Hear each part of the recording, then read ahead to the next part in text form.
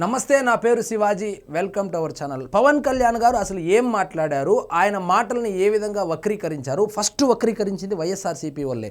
ఆయన కోనసీమ పర్యటనకు వెళ్ళినప్పుడు తెలంగాణ ప్రజలు ఈయన్ని వ్యతిరేకించాలని, తెలంగాణలో ఈయన్ని ఉండనీయకుండా అక్కడి నుంచి తరిమేయాలని వీళ్ళ దురుద్దేశం అనమాట. వాళ్ళు ఆ క్లిప్ ఒకటి కట్ చేసి దాన్ని సోషల్ మీడియాలో వైరల్ చేస్తే 10 రోజుల తర్వాత ఇప్పుడు కాంగ్రెస్ నాయకులు దాన్ని అందిపుచ్చుకొని ఇప్పుడు వచ్చి ఆయన మీద విమర్శలు చేస్తూ ఉన్నారు. నరదిష్టి తగిలింది, తెలంగాణ వాళ్ళ దిష్టి తగిలడం వల్లనే కోనసీమ పచ్చగా ఉన్నటువంటి కోనసీమ టెంకాయ చెట్లు కూడా తలవాల్చేసిందని చెప్పారని చెప్పి ఇప్పుడు ఆయన వచ్చి క్షమాపణ చెప్పాలని చెప్పి గంటకొక కాంగ్రెస్ మంత్రి కావచ్చు, కాంగ్రెస్ నాయకులు కావచ్చు, అదేవిధంగా కొంతమంది బీఆర్ఎస్ నాయకులు కావచ్చు, వాళ్ళు ప్రెస్ మీట్లు పెట్టి చెప్తున్నారు. అసలు పవన్ కళ్యాణ్ గారు ఏమన్నారో ఒక్కసారి వినండి.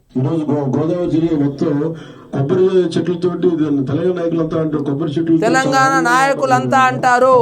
ఇంకొకసారి వినండి పవన్ కళ్యాణ్ గారు ఏమన్నారు, ఇంకొకసారి వినండి. గోదావరి జిల్లా మొత్తం కొబ్బరి చెట్లతోటి తెలంగాణ నాయకులంతా అంటారు. బీఆర్ఎస్ వాళ్ళు, కాంగ్రెస్ వాళ్ళు ఇంకొకసారి వినండి. తెలంగాణ నాయకులంతా అంటారు. పవన్ కళ్యాణ్ గారు చెప్పింది ఉద్యమం జరిగేటప్పుడు అంతకు ముందు కావచ్చు, తెలంగాణ నాయకులు కోనసీమ చూడండి ఎంత పచ్చగా ఉంటుందో, కానీ తెలంగాణ చూడండి ఎడారిలాగా ఉందని చెప్పి పదే పదే పదే కేసీఆర్ గారు ప్రస్తావించినటువంటి మాటలను, హరీష్ రావు గారు ప్రస్తావించినటువంటి మాటలను, అదేవిధంగా కేటీఆర్ గారు ప్రస్తావించినటువంటి మాటలనే ఆయన ప్రస్తావించారు. తెలంగాణ ప్రజలు వేరు, తెలంగాణ నాయకులు వేరు. ఈ రెండింటిని క్లబ్ చేసి తెలంగాణ ప్రజల యొక్క నరదిష్టికి కోనసీమకి తగిలిందని చెప్పి క్లబ్ చేసి చెప్పొద్దండి. ఆయన చెప్పింది తెలంగాణ నాయకుల నరదిష్టి తగిలిందని ఆయన చెప్పడము. తెలంగాణ నాయకులు అందరూ తెలంగాణ ప్రజలైనట్లు, మరి తెలంగాణ నాయకులకు అందరికీ ఫామ్ హౌస్లు ఉన్నాయి, మరి తెలంగాణ ప్రజలకు అందరికీ ఫామ్ హౌస్లు ఉన్నాయా?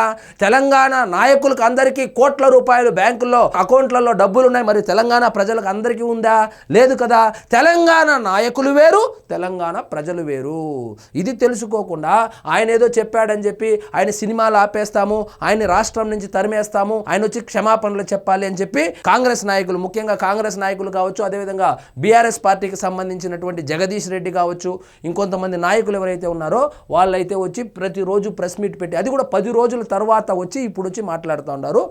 ఇది ఏదో డైవర్షన్ పాలిటిక్స్లో భాగంగానే పవన్ కళ్యాణ్ గారు పేరు చెబితే ఏ విధంగా ఫేమస్ అవ్వచ్చు అని చెప్పి ఇప్పుడు ఆంధ్రప్రదేశ్లో ఏ విధంగా అయితే వాడతారో ఆ విధంగా ఏమైనా వాడుతూ ఉన్నారా? లేకపోతే ఏదో జరగరానిదే ఇప్పుడు తెలంగాణలో జరగబోతుంది, దాన్ని డైవర్ట్ చేయడానికి పవన్ కళ్యాణ్ గారి పేరు వాడుతూ ఉన్నారా తెలియదు. కానీ ఆయన చాలా స్పష్టంగా తెలంగాణ నాయకుల యొక్క దిష్టి తగిలిందని చెబితే దాన్ని తెలంగాణ ప్రజల యొక్క దిష్టి తగిలిందని చెప్పి ఈ వైఎస్ఆర్సీపీ వాళ్ళు చేసినటువంటి ప్రాపగండా ఏదైతే ఉందో దాన్ని అందిపుచ్చుకొని ఇప్పుడు తెలంగాణలో ఉన్నటువంటి కాంగ్రెస్ నాయకులు దాన్ని పదే పదే పదే ప్రెస్ మీట్లలో అయితే ప్రస్తావిస్తూ ఉన్నారు. పవన్ కళ్యాణ్ గారిని వచ్చి క్షమాపణ చెప్పమంటూ ఉన్నారు.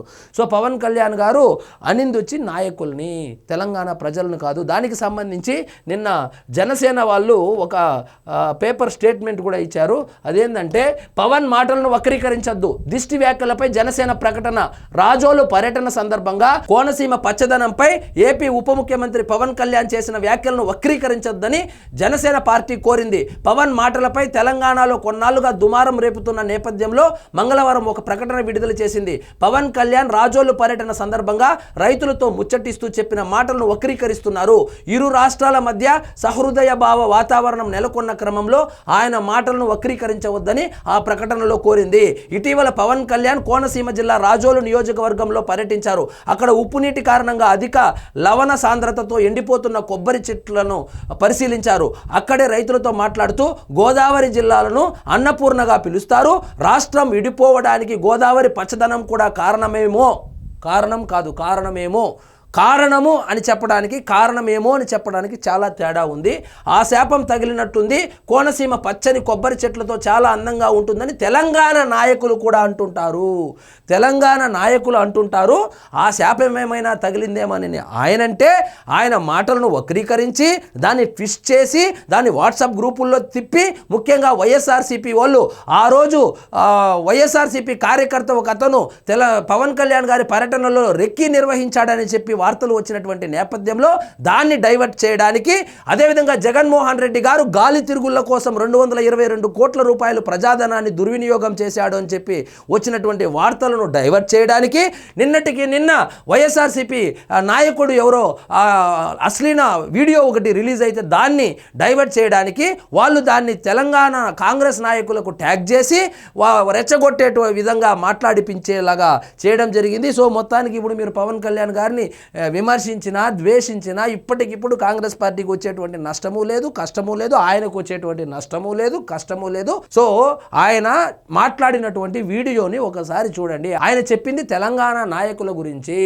తెలంగాణ నాయకులు పచ్చదనం గురించి ఏమేమి మాట్లాడారు అని చెప్పి యూట్యూబ్లో ఉంది, వెళ్ళి చూసుకోండి. కేసీఆర్ గారు ఏం మాట్లాడారు, హరీష్ రావు గారు ఏం మాట్లాడారు, అదేవిధంగా కేటీఆర్ గారు ఏం మాట్లాడారు, బిర్యానీ గురించి ఏం మాట్లాడారు, ఇక్కడ సాంప్రదాయాల గురించి ఏం మాట్లాడారు, అసలు ఆంధ్ర ప్రజల గురించి ఏం మాట్లాడారు అనేది ఒకసారి చూడండి అక్కడికి వెళ్ళి. సో ఇప్పుడు రాష్ట్రం విడిపోయింది, 2 రాష్ట్రాల్లో ఇక్కడ కూటమి ప్రభుత్వం ఉంది, అక్కడేమో కాంగ్రెస్ గవర్నమెంట్ ఉంది.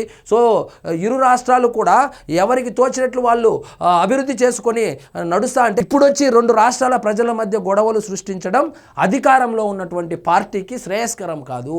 కాబట్టి సో ఆయన మాట్లాడినటువంటి మాటలు కేవలము తెలంగాణ నాయకులను, తెలంగాణ ప్రజలను కాదు.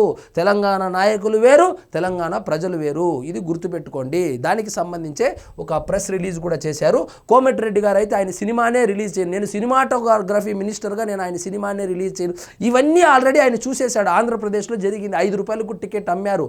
సో 5 రూపాయలకు టికెట్ అమ్మారు, సినిమాలు ఆపేశారు, ఎంఆర్ఓలు ఆర్డీఓలు కలెక్టర్లు పెట్టి టికెట్లు అమ్మించారు, అవన్నీ చూసే రాజకీయాల్లోకి వచ్చింది. కాబట్టి సో ఆయన ఏదో బెదిరించాలని చెప్పి ఆ పవన్ కళ్యాణ్ గారి మీద ఉన్నటువంటి ద్వేషాన్ని 2 రాష్ట్రాల ప్రజల మధ్య రుద్దడము సబబు కాదు. సో అధికారంలో ఉన్నారు కాబట్టి బాధ్యతగా వ్యవహరిస్తే మంచిది. సో ఇదండి ఈరోజు మన టాపిక్. మీకు ఈ వీడియో నచ్చినట్లయితే లైక్ చేయండి, షేర్ చేయండి, ఛానల్ మాత్రం సబ్స్క్రైబ్ చేసుకోవడం మర్చిపోవద్దు.